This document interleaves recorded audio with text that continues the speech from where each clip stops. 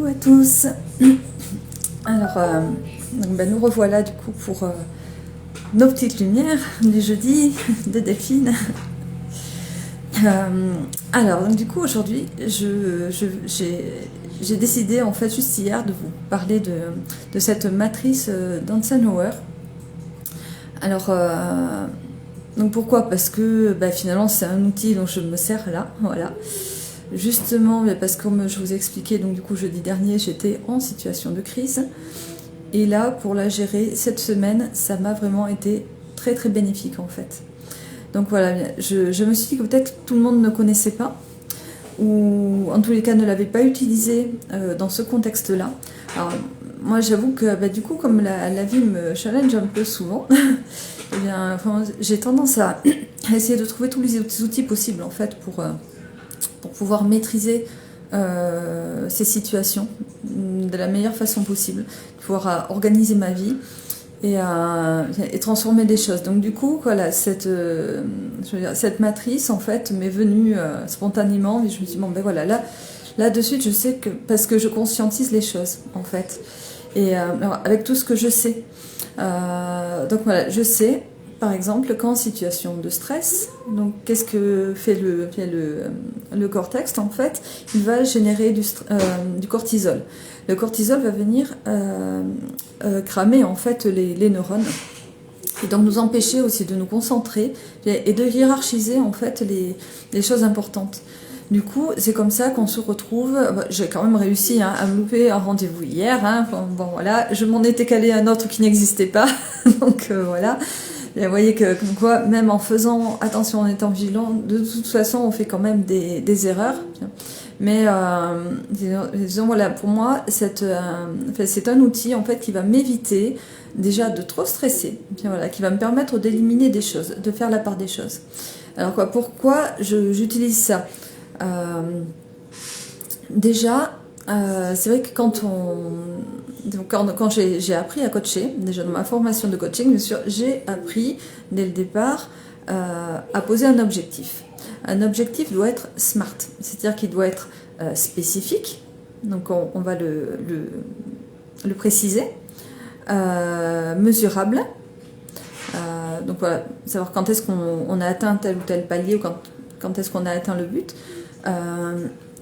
atteignable, donc que ce soit qu'on ait des ressources déjà ou qu'on puisse aller les chercher, et réaliste, voilà, que ce soit quelque chose dans lequel on puisse se projeter effectivement, qui soit possible pour nous, et ensuite le temporel, donc que dans le temps on puisse le définir. Sauf que tout ça, ça va bien quand la vie se déroule normalement. Sauf que la vie, on le sait, elle est normale que quand ça va dans notre sens. Et sauf qu'il y a un paramètre qu'on ne prend jamais en compte, ou très rarement, c'est les éventuels grains de sable en fait dans les rouages. Et voilà. Donc ces grains de sable, quoi qu'il arrive, alors, qui peuvent donc du coup soit nous détourner de notre objectif complètement, ou soit nous arrêter, nous scotcher gravement parfois.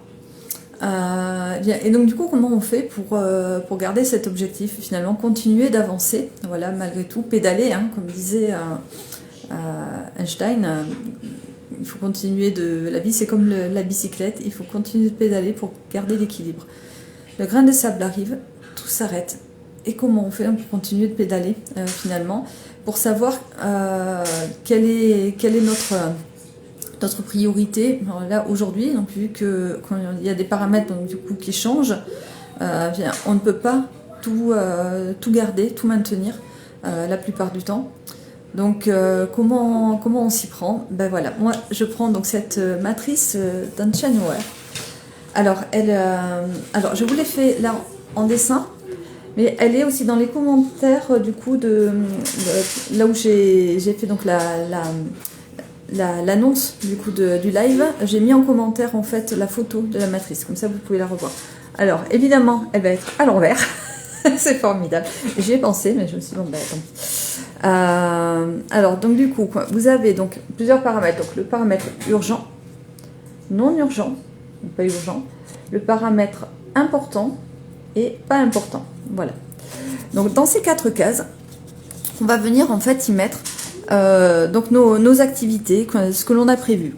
Donc du coup, ce qui est prioritaire, priorité, et qui doit être fait par moi-même. Voilà. Ensuite, on a ce qui doit être fait rapidement et par moi-même. Mais donc du coup, ce n'est pas urgent. Ça doit être rapidement fait, mais pas urgent. C'est pas la priorité. On va mettre dans le pas important ce qui peut attendre ou qui peut être délégué. Puis, dans le pas important et pas urgent, là, ça va être ce qui est inutile. C'est-à-dire que tout ce qui va venir là, qui ne rentrera pas dans les 3 autres cases, c'est inutile. C'est des choses que l'on peut zapper. Donc voilà, moi, personnellement, ça a été vraiment quelque chose d'extrêmement utile, là, de suite. Voilà, parce que c'est vrai qu'il y avait des choses, du coup, je ne savais pas si je les maintenais ou pas, parce que j'avais beaucoup de mal quand même. Et du coup, j'ai pu en fait entrer là-dedans, notamment beaucoup de choses. Alors dans les inutiles, finalement, des choses qui pour moi étaient importantes de base, comme le traitement de mes mails, par exemple, chaque jour, il y a eu des mails que finalement je n'ai pas traités, que j'ai mis direct à la poubelle finalement. Et alors donc j'ai commencé à hiérarchiser en fait ce qui était important ou pas pour moi. Donc il y avait certaines priorités, la gestion de certaines choses à la maison, il y avait la gestion de l'écriture de mes articles. C'est vrai que je m'étais engagée du coup sur 30 jours, 30 articles, donc un article par jour. Ça, j'étais presque à la fin du défi et vraiment pour moi c'était important d'aller au bout. Donc du coup ça je me le suis gardé en prioritaire. Et alors je l'ai mis traité par moi-même, mais cela dit, j'avais de la chance quand même. L'idée du défi c'était des IA, donc ça m'a beaucoup aidé pour aller plus vite quand même. Donc voilà, dans mes priorités, mais comme ça, j'avais des choses quand même auxquelles je ne voulais pas déroger. Bon, bien sûr, il y a eu des paramètres du coup prioritaires qui sont rentrés en ligne. C'est-à-dire qu'il y a eu des appels d'une personne que je prenais systématiquement. Est-ce que le direct a repris? Je pense que oui. Je crois que j'ai eu un problème de Wi-Fi là. Je ne sais pas ce qui s'est passé. Bon, j'espère que ça aura repris. D'ailleurs, je vais vérifier l'heure. Ouais, ça va. 11h07. Donc voilà. Alors, pourquoi donc pour moi c'est important d'appliquer ça? Parce que donc en fait, je suis formée à la PNL. D'ailleurs, je continue de me former et passer des certifications là, au meilleur institut de PNL qui est Paul Pironnet. Et bon, bref, donc en PNL, en fait, on nous apprend donc à amener l'obtention en fait, d'un projet, donc d'un objectif, par petits pas. La technique des petits pas, voilà, vraiment, c'est de garder des choses qui sont du coup urgentes et importantes pour soi, pour le projet, pour l'objectif, l'atteinte de l'objectif, mais du coup, qui vont rentrer donc là-dedans, mais sans forcément être un gros truc. En fait, il faut que ce soit accessible, toujours, comme on dit, toujours smart, atteignable, réalisable. Donc du coup, voilà, on va répéter en fait des petites choses. Donc ils vont rentrer dans l'urgent et l'important. Et ça, on va les maintenir pour le coup. Vous voyez, ça va pas demander beaucoup d'énergie, en fait, pas beaucoup de temps. Donc c'est facilement faisable et on le garde.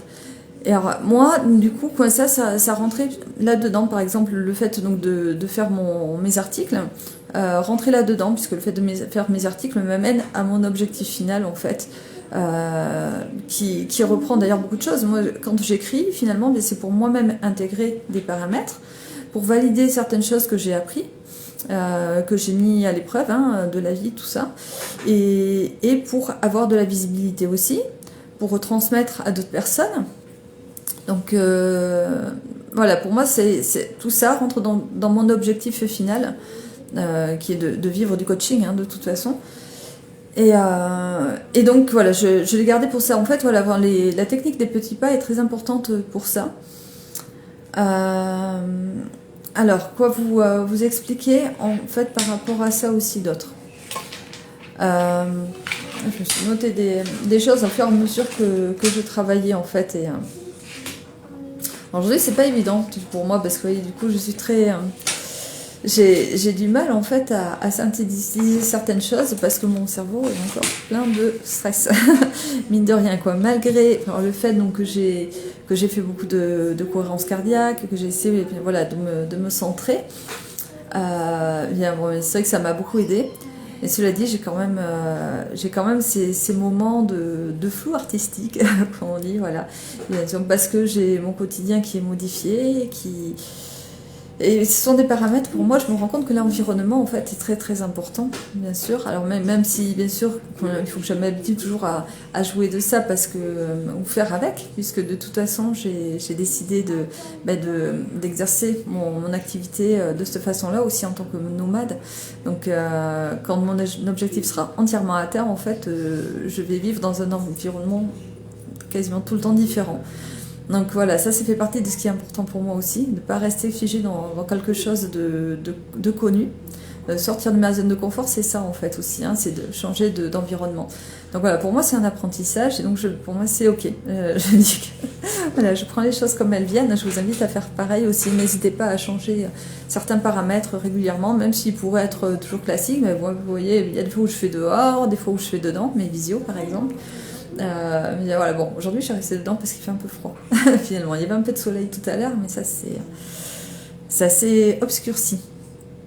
Donc voilà, j'espère aussi que le direct marche bien, parce que là du coup je vois personne de connecté, que d'habitude il y a du monde. Alors je verrai tout à l'heure, mais c'est pareil, c'est un challenge, ça fait partie des choses voilà, qu'on ne maîtrise pas toujours.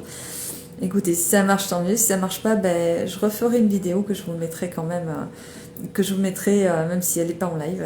Voilà, je referai quand même. Bon, ce serait peut-être pas aujourd'hui parce que j'ai quand même beaucoup de choses à faire pour être à l'heure pour ce soir. Parce que ce soir j'ai encore un cours et j'ai des leçons à voir avant mon cours, justement par rapport à la PNL. Donc voilà, bon écoutez, j'essaie de tout gérer. Mais donc, voilà, donc je reviens à mes moutons. Et bien, donc voilà, du coup, bon, pour ce qui est important aussi de faire toujours, de toute façon je retransmettrai tout ça, je pense, à un moment donné dans d'autres choses, mais ça fait partie d'ailleurs de mon programme Envole-toi que j'ai créé déjà il y a un bon petit moment de ça, et donc que j'ai remis là dernièrement en proposition sur ma page. En fait, voilà, il est important aussi toujours de s'exprimer positivement. En fait, quand on élabore un projet, qu'on met en place donc quelque chose, donc même quand on l'intègre voilà, dans la matrice d'Eisenhower, donc il y a un tableau, hein, on appelle ça la matrice, mais c'est un tableau d'Eisenhower. Donc il est important de le mettre positivement, enfin, c'est-à-dire de le mettre d'écrire avec l'intention. Voilà, il ne s'agit pas de se mettre la pression en se disant il faut que je fasse ça. Non, je suis capable, je vais y arriver, ou j'essaye. Voilà, là c'est ok. Voilà, l'idée du tableau, c'est vraiment d'enlever un maximum de pression, un maximum de stress, d'être vraiment dans la fluidité. Puis, le focus du 20-80. C'est la loi de Pareto. Voilà, faire uniquement vraiment ce qui est important et urgent, qui va vraiment nous amener à l'atteinte de notre objectif. Si notre objectif doit être un petit peu nous modifier momentanément, c'est ok, mais toujours rester en fait dans cette ligne-là, garder ce focus. Donc voilà, il faut donc prendre cette habitude de s'exprimer positivement, mais on peut le faire pour soi et pour les autres aussi, en fait. C'est-à-dire que ça, c'est ce que je m'invite aussi à faire, d'ailleurs, régulièrement. Il faut que vraiment... Non, pas il faut que... Je suis capable, vous voyez. Je suis capable donc, de m'exprimer positivement aussi quand je m'adresse aux autres. Excusez-moi pour mes bugs. J'y arrive quand même. Donc voilà, quand on s'exprime... voilà, au lieu d'expliquer, dire oui, j'aimerais que tu ramasses ton vol parce que voilà, le matin quand j'arrive, j'aime bien que tout soit propre. Quand j'arrive à table pour travailler, non, c'est voilà, préférer plutôt l'exprimer en disant Mais j'apprécie beaucoup en fait quand tu vois, la différence quand ton bol est débarrassé, par exemple le petit-déj ou la table nettoyée. C'est que tu vois, ça me fait un effet de waouh, merci, un cadeau, parce que du coup, tu vois, tu m'offres l'opportunité en fait de pouvoir de suite me mettre au travail. Et que finalement, tu vois, j'économise beaucoup d'énergie, voilà, plutôt que de dire je bouffe mon énergie, sinon, c'est non, là, j'économise du coup mon énergie. Et j'ai beaucoup de gratitude par rapport à ton geste, à ton respect, du coup, le respect de ce que je t'avais demandé. Voilà, ça c'est une des notions donc, qui est importante d'intégrer vraiment au quotidien. Ça va changer toute la relation à l'autre en fait. C'est-à-dire que soi-même, donc, du coup, on va être dans quelque chose de positif et d'épuré, et du coup, on va le retransmettre aussi à l'autre et générer du coup une belle énergie, voilà, qui va venir nous soutenir, parce que l'autre du coup va nous soutenir aussi. Alors voilà, bon, tout ça, donc ça rentre hein, dans ce cadre-là de la matrice d'Eisenhower qui pourtant a été mise en place par un chef d'État hein, à la base américain, qui a réussi à mettre tout un tas de choses en place, dont la NASA, il me semble. Donc c'est lui qui a tout mis en place pendant son mandat. Il y a eu, mais je ne sais plus combien de projets comme ça très très importants qui ont été, qui sont nés. Et justement, parce qu'il a mis en place ce matrice qu'il avait créé. Et en fait, vraiment, il a délégué un maximum de choses. Et ce qui était inutile, il a carrément zappé. Donc ça va pas servir à mon projet. Donc ok, ça a été repris en fait par du coup tout un tas d'entrepreneurs. Et puis pas que, hein, d'ailleurs, des personnes qui ont des postes à responsabilité aussi, mais qui sont salariés, voilà, appliquent aussi cette matrice. Et je trouve que réellement, dans notre quotidien, en fait, avoir ce fonctionnement-là, c'est extrêmement utile. Voilà. Alors, j'espère que du coup, tous les petits apartés que je vous ai donnés en plus vont vous parler aussi. C'est ce qui donne une puissance mentale, en fait.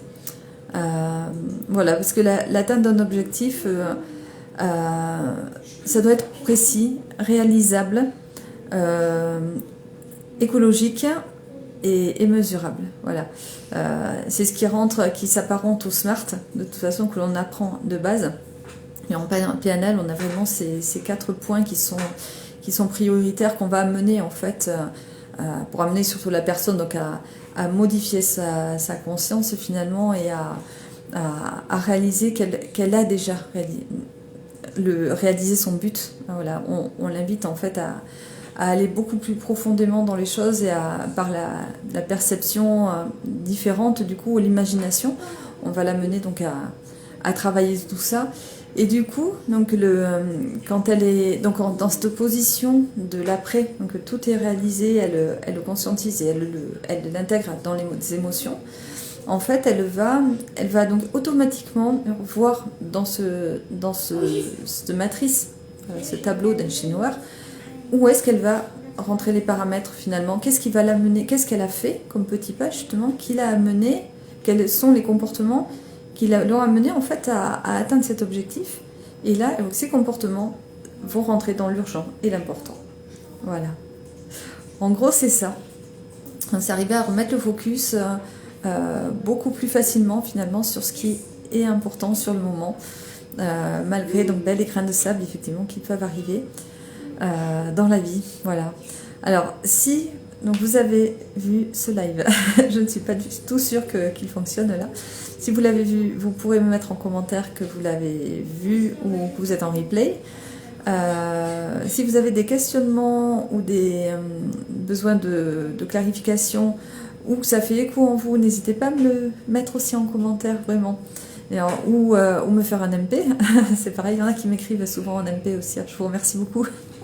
Parce que pour moi, c'est important aussi d'avoir ces retours, effectivement. Et alors, je tiens à dire que la semaine dernière, du coup, on m'a fait un petit clin d'œil en me disant que voilà, il y avait quelqu'un qui, pour se remonter le moral, pour que ça aille mieux, s'aider en mangeant des tortillas avec du guacamole. Et ben, je l'ai fait, du coup, et ça nous a fait tellement de bien. Un grand merci. Voilà, parce qu'avec les enfants, du coup, on s'est offert une soirée zen comme ça, Et c'était vraiment très agréable, avec un petit dessin animé très sympa sur les sorcières.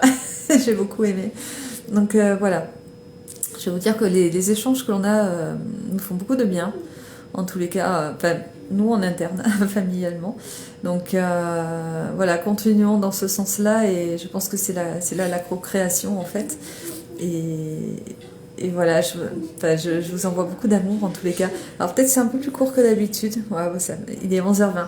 Mais bon, voilà, je me dis que les timings, c'est à peu près, voilà, à peu près ça. L'idée, surtout l'important, c'est d'être vrai, d'être là. Et écoutez, ouais, j'ai donné le meilleur de ce que j'avais là de suite. Je suis pas en plein potentiel, vous l'aurez compris. Mais je garde quand même le sourire, vous voyez, j'essaie d'être présente de ce côté-là, dans l'énergie, quelle qu'elle soit. Voilà.